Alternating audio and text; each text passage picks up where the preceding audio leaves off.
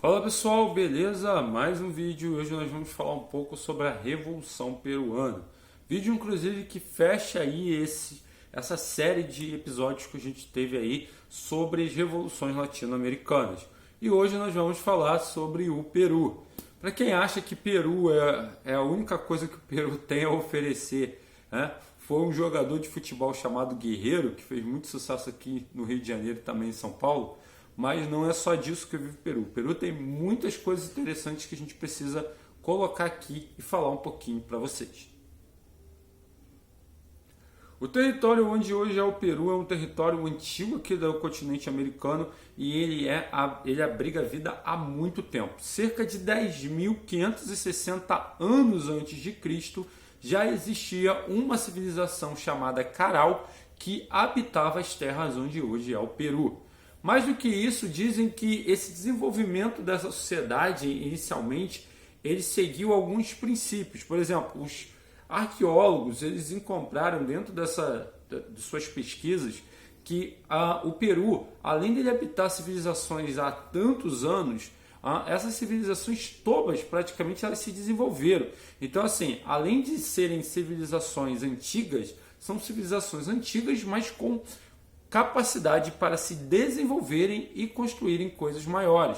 Tanto que dentro dessas cidades nós encontramos Chavins, Paracas, Mochica e Nazca, que são algumas das civilizações. Já no século XV, que é talvez a parte mais conhecida do continente americano, os Incas eles emergiram desse espaço, se tornando assim a civilização mais poderosa que habitava ali o Império da América pré-colombiana, beleza?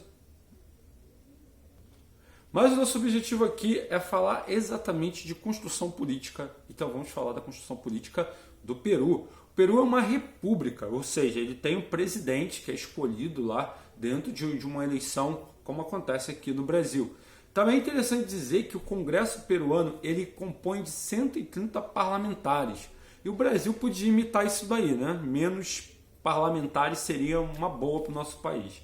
O Peru também, assim como o Brasil, ele segue o modelo pluripartidário, ou seja, existem vários partidos diferentes e eles constituem a democracia representativa do Peru.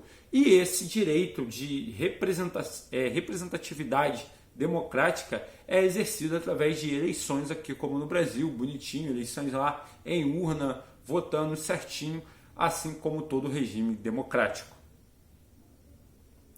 Constituindo assim, o Peru tem como o cargo de presidente o cargo mais importante do país, ou seja, o poder executivo.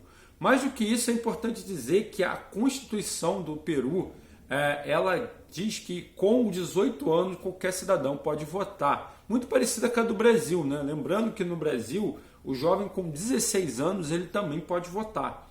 A diferença é que ele não é obrigado a votar. No caso do Peru, só aos 18 anos, tá? Pode votar. E mais do que isso, é importante dizer que o Peru, assim como o Brasil, ele é um país que ele é considerado por manter sim um regime democrático há muito tempo. Mas isso, lógico, não impede que revoluções aconteçam, assim como aconteceu aqui no Brasil. O Congresso peruano ele também é chamado de Congresso de la República. Esse congresso, como a gente disse, ele é composto por 130 parlamentares, que têm funções muito parecidas com os nossos, ou seja, eles podem autorizar empréstimos do governo, aprovar orçamento, ratificar tratados. Os membros do Congresso são eleitos também, só que no caso lá, essa eleição é de 5 anos. Tá? No caso do Brasil, a gente sabe que alguns poderes legislativos no Brasil são 4 anos, apenas o de senador que é 5 anos. Mas no Peru não, todos os deputados e constituintes do poder legislativo, eles davam 5 anos para poderem ser eleitos e também têm direito à reeleição. Assim como todo modelo democrático, o Peru também possui sua Suprema Corte. Essa é baseada em 16 membros que são responsáveis pela mais alta corte do país. Também é importante dizer que no Peru não é aceito jurisdição internacional de justiça, ou seja, Não existe no Peru, por exemplo, eles aceitam qualquer tipo de intervenção internacional, assim como no Brasil. O Peru é uma democracia soberana, portanto, ela não aceita esse tipo de coisa. O Peru tem a sua história de ideais de independência no ano de 1821. Na verdade, como a gente falou no último vídeo sobre a Argentina, Peru e Argentina eles são praticamente províncias autônomas. Então isso facilita muito que eles pudessem desenvolver os ideais revolucionários.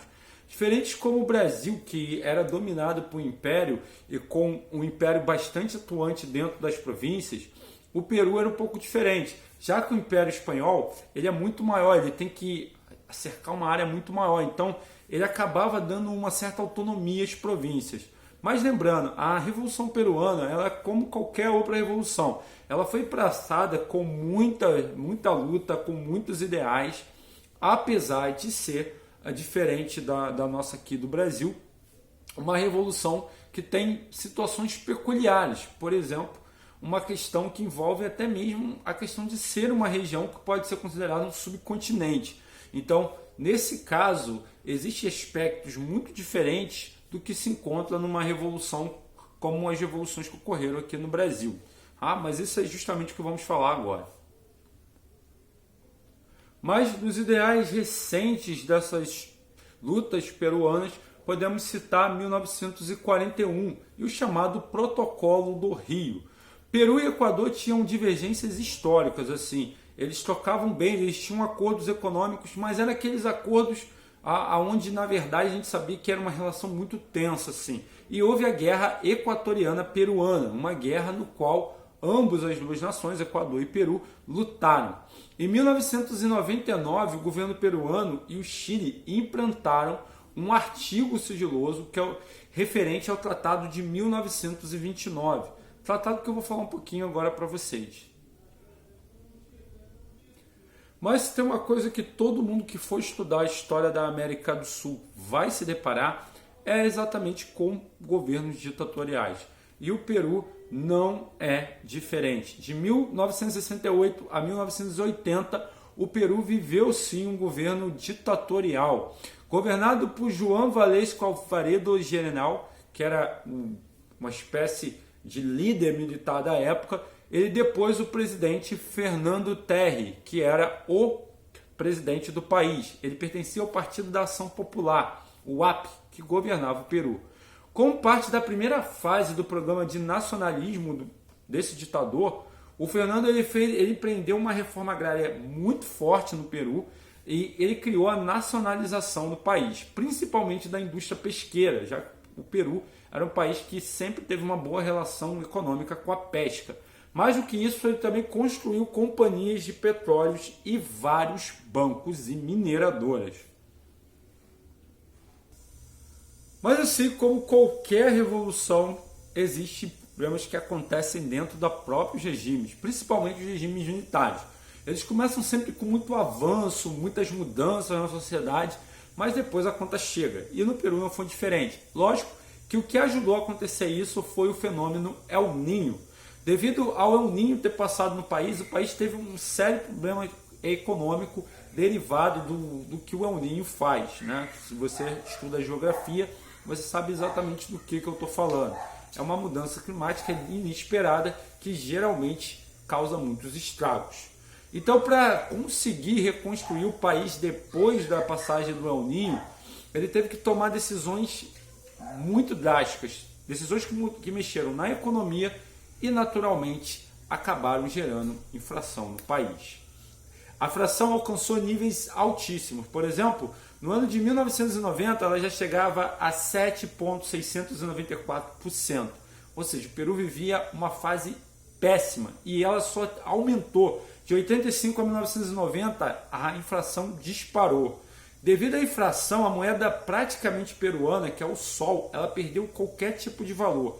Em 1985, o chamado Sol Novo, que foi uma moeda para tentar resgatar a economia do Peru, começou meio ali cambaleando, mas acabou dando certo.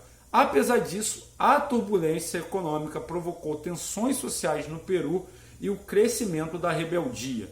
Portanto, a gente pode dizer que os anos 80 e os anos 90 no Peru foram anos difíceis, pesados, mas, em consequência, lógico, de medidas adotadas durante o regime militar. Bom, já isso é um pouco da história do Peru, mas o que eu quero ressaltar aqui para concluir esse vídeo sobre o Peru o Peru é como qualquer outro país da América Latina, tem uma economia desequilibrada muitas vezes, problemas sociais sérios, assim como o Brasil, Argentina, Equador, todos eles possuem isso, ou alguns mais, outros menos. E também é importante falar, a democracia nesses países ela é muito frágil. Por isso, jovens, é importante vocês entenderem que as revoluções latino-americanas elas serviram de modelo para se construir a base democrática que nós temos hoje. Não podemos deixar que essa democracia ela escape das nossas mãos.